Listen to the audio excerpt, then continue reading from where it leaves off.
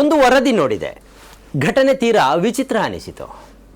ದಕ್ಷಿಣ ಕನ್ನಡ ಜಿಲ್ಲೆಯ ಸುಳ್ಯದಲ್ಲಿ ಡಿಸೆಂಬರ್ 25 ಮತ್ತು 26ರಂದು KVG ಸುಳ್ಯ ಹಬ್ಬ ಎಂಬ ಸಮಾಜ ಸೇವಾ ಸಂಘದ ವತಿಯಿಂದ ಡಾಕ್ಟರ್ ಕುರುಂಜಿ ವೆಂಕಟರಮಣ ಗೌಡರ 97ನೇ ಜನ್ಮದಿನದ ಅಂಗವಾಗಿ ಕಾರ್ಯಕ್ರಮವನ್ನು ಆಯೋಜಿಸಿದ್ದಾರೆ. ಸುಳ್ಯ ಚೆನ್ನಕೇಶವ ದೇವಸ್ಥಾನದ ಮುಂಭಾಗದಲ್ಲಿರುವ ಮೈದಾನದಲ್ಲಿ ಈ ಹಬ್ಬವನ್ನು ಆಯೋಜಿಸಲಾಗಿದೆ. ಇದರಲ್ಲಿ ಕರ್ನಾಟಕ ಬ್ಯಾರಿ ಸಾಹಿತ್ಯ ಅಕಾಡೆಮಿಯ ವತಿಯಿಂದ ಸಾಂಸ್ಕೃತಿಕ ಕಾರ್ಯಕ್ರಮದ ಭಾಗವಾಗಿ ದಫ್ ಪ್ರದರ್ಶನ ನಿಗದಿಪಡಿಸಲಾಗಿದೆ. ಕಾರ್ಯಕ್ರಮದ ಆಮಂತ್ರಣ ಪತ್ರಿಕೆಯಲ್ಲೂ ಈ ಬಗ್ಗೆ ಉಲ್ಲೇಖಿಸಲಾಗಿದೆ. ಇಲ್ಲಿವರೆಗೆ ಯಾವ ತಕರಾರು ಇಲ್ಲ. ಆದರೆ ದೇವಸ್ಥಾನದ ಮುಂಭಾಗದಲ್ಲಿ ಈ ಹಬ್ಬ ನಡೀತಾ ಇರೋದರಿಂದ ಅಲ್ಲಿ ದಫ್ ಪ್ರದರ್ಶನ ಮಾಡಬಾರ್ದು ಅಂತ ಸಂಘ ಪರಿವಾರದ ಸಂಘಟನೆಗಳು ವಿರೋಧ ವ್ಯಕ್ತಪಡಿಸಿವೆ.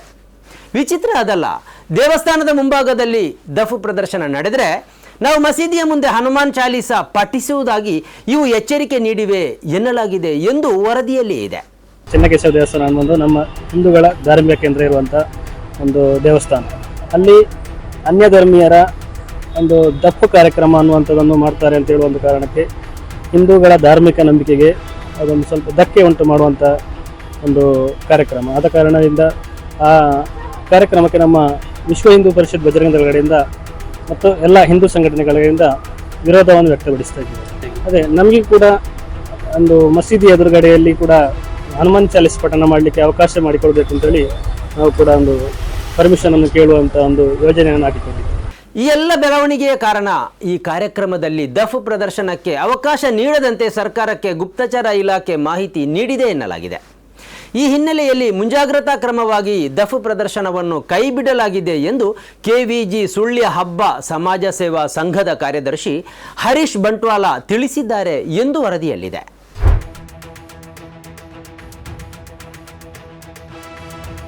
ವೀಕ್ಷಕರೇ, ಇದು ಎಡಿಟರ್ ಸ್ಪೀಕ್. ವಿಚಿತ್ರ ಏನು ಗೊತ್ತಾ? ದೇವಸ್ಥಾನದ ಮುಂಭಾಗದಲ್ಲಿರುವ ಮೈದಾನದಲ್ಲಿ ಕಾರ್ಯಕ್ರಮ ಆಯೋಜಿಸಿರುವುದು ಮಸೀದಿಯಲ್ಲ, ಬ್ಯಾರಿ ಅಕಾಡೆಮಿಯೂ ಅಲ್ಲ, ಮಸೀದಿಯ ಧರ್ಮಗುರುವೂ ಅಲ್ಲ, ಮಸೀದಿಯ ಆಡಳಿತ ಸಮಿತಿಯೂ ಅಲ್ಲ, ದಕ್ಷಿಣ ಕನ್ನಡ ಜಿಲ್ಲೆಯ ಕಾಜಿಯೂ ಅಲ್ಲ, ಯಾರೂ ಅಲ್ಲ. ಇದರ ಹೊಣೆಗಾರಿಕೆಯನ್ನು ವಹಿಸಿಕೊಂಡಿರುವುದು KVG ಸುಳ್ಯ ಹಬ್ಬ ಸಮಾಜ ಸೇವಾ ಸಂಘ. ಒಂದು ವೇಳೆ ದಫ್ ಪ್ರದರ್ಶನಕ್ಕೆ ವಿರೋಧ ಇದ್ದಿದ್ದೇ ಆಗಿದ್ದರೆ ಅದನ್ನು ವ್ಯಕ್ತಪಡಿಸಬೇಕಾದದ್ದು ಹೇಗೆ? ಮಸೀದಿಗೂ ಈ ದಫ್ ಪ್ರದರ್ಶನಕ್ಕೂ ಏನು ಸಂಬಂಧ ಇದೆ? ಒಂದು ವೇಳೆ ದಫ್ ಪ್ರದರ್ಶನಕ್ಕೆ ವಿರೋಧ ಇದ್ದಿದ್ದೇ ಆಗಿದ್ದರೆ ಅದನ್ನು ವ್ಯಕ್ತಪಡಿಸಬೇಕಾದದ್ದು ಹೇಗೆ? ಮಸೀದಿಗೂ ಈ ದಫ್ ಪ್ರದರ್ಶನಕ್ಕೂ ಏನು ಸಂಬಂಧ ಇದೆ? ಕಾರ್ಯಕ್ರಮವನ್ನು ಆಯೋಜಿಸಿರುವುದು KVG ಸುಳ್ಯ ಹಬ್ಬ ಸಮಾಜ ಸೇವಾ ಸಂಘ. ಒಂದು ವೇಳೆ ದಫ್ ಪ್ರದರ್ಶನಕ್ಕೆ ಪ್ರತಿಯಾಗಿ ಹನುಮಾನ್ ಚಾಲೀಸ ಪಠಿಸುವುದೇ ಆಗಿದ್ದರೆ ಅದನ್ನು ಪಠಿಸಬೇಕಾದದ್ದು ಈ ಸಂಘದ ಕಚೇರಿಯ ಎದುರೇ ಹೊರತು ಮಸೀದಿಯ ಎದುರು ಅಲ್ವೇ ಅಲ್ಲ. ಇದಕ್ಕೆ ಮಸೀದಿ ಯಾವ ರೀತಿಯಲ್ಲೂ ಹೊಣೆ ಅಲ್ಲ. ಮಸೀದಿ ಸಮಿತಿ ಕೇಳಿಕೊಂಡ ಕಾರಣಕ್ಕಾಗಿ ಈ ದಫ್ ಪ್ರದರ್ಶನವನ್ನು ಆಯೋಜಿಸಲಾಗಿಲ್ಲ.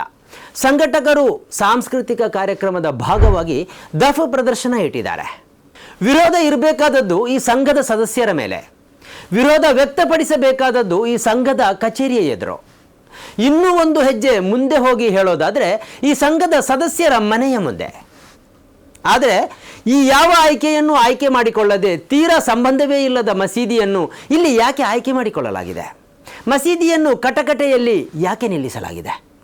ಅದೇ ನಮಗೆ ಕೂಡ ಒಂದು ಮಸೀದಿ ಎದುರುಗಡೆಯಲ್ಲಿ ಕೂಡ ಹನುಮಾನ್ ಚಾಲೀಸ್ ಪಠಣ ಮಾಡಲಿಕ್ಕೆ ಅವಕಾಶ ಮಾಡಿಕೊಡ್ಬೇಕು ಅಂತೇಳಿ ನಾವು ಕೂಡ ಒಂದು ಪರ್ಮಿಷನನ್ನು ಕೇಳುವಂಥ ಒಂದು ಯೋಜನೆಯನ್ನು ಹಾಕಿಕೊಂಡಿದ್ದೀವಿ. ದಫ್ ಕಾರ್ಯಕ್ರಮಕ್ಕೆ ವಿರೋಧ ವ್ಯಕ್ತಪಡಿಸುವುದನ್ನು ಸಂವಿಧಾನ ವಿರೋಧಿ ಎನ್ನಲಾಗದು. ಅದು ಅವರವರ ಸ್ವಾತಂತ್ರ್ಯ. ದಫ್ ಬೇಡ ಎಂದು ಅಂದುಕೊಳ್ಳುವುದು ಅಪರಾಧವೂ ಅಲ್ಲ. ಆದರೆ ಈ ವಿರೋಧ ವ್ಯಕ್ತಪಡಿಸುವಾಗ ಅದರಲ್ಲಿ ಧರ್ಮದ್ವೇಷ ಇರಬಾರದು. ದೇವಸ್ಥಾನದ ಎದುರು ಭಾಗದಲ್ಲಿ ಮೈದಾನ ಇರೋದ್ರಿಂದ ನಮ್ಮ ಭಾವನೆಗೆ ಈ ಪ್ರದರ್ಶನದಿಂದ ಅಡ್ಡಿಯಾಗುತ್ತದೆ ಎಂದು ಯಾರಿಗಾದರೂ ಅನಿಸಿದರೆ ಅದನ್ನು ಗೌರವಿಸಬೇಕು. ಆದರೆ ಇವರ ಭಾವನೆಗೆ ಅಡ್ಡಿಯಾದರೆ ಪ್ರತೀಕಾರವಾಗಿ ಮಸೀದಿಯನ್ನು ಅಪರಾಧಿ ಸ್ಥಾನದಲ್ಲಿ ನಿಲ್ಲಿಸೋದಕ್ಕೆ ಅರ್ಥನೇ ಇಲ್ಲ. ಇಲ್ಲಿ ಮಸೀದಿ ಯಾವ ತಪ್ಪನ್ನು ಮಾಡಿಲ್ಲ, ಮಸೀದಿ ಕಮಿಟಿಯವರು ತಪ್ಪನ್ನು ಮಾಡಿಲ್ಲ. ಸ್ನೇಹಿತರೆ, ನಿಮ್ಮ ಅದ್ಭುತ ಬೆಂಬಲದಿಂದ ಸನ್ಮಾರ್ಗ ನ್ಯೂಸ್ ಚಾನೆಲ್ ಈಗ 2 ಲಕ್ಷ ಸಬ್ಸ್ಕ್ರೈಬರ್ಗಳನ್ನು ದಾಟಿದೆ. ಇದು ನಮ್ಮ ಯಶಸ್ಸಲ್ಲ, ಇದು ನಿಮ್ಮ ಯಶಸ್ಸು. ನಮ್ಮ ಮುಂದಿನ ಗುರಿ 4 ಲಕ್ಷ. ಇದು ಕಷ್ಟವಲ್ಲ. ನೀವು ಮಾಡಬೇಕಾದದ್ದು ಸಿಂಪಲ್. ನೀವು ಸನ್ಮಾರ್ಗ ನ್ಯೂಸ್ ಚಾನೆಲ್ ವಿಡಿಯೋವನ್ನ ನಿಮ್ಮ ಸ್ನೇಹಿತರಿಗೆ, ಕುಟುಂಬದವರೊಂದಿಗೆ ಹಂಚಿಕೊಳ್ಳಿ ಮತ್ತು ಅವರಲ್ಲೂ ಸಬ್ಸ್ಕ್ರೈಬ್ ಮಾಡಲು ಹೇಳಿ. ನೀವು ಶಕ್ತಿಯನ್ನು ಕೊಡಿ, ನಾವು ನಿಖರ ಸುದ್ದಿ ಕೊಡ್ತೇವೆ. ಧನ್ಯವಾದಗಳು.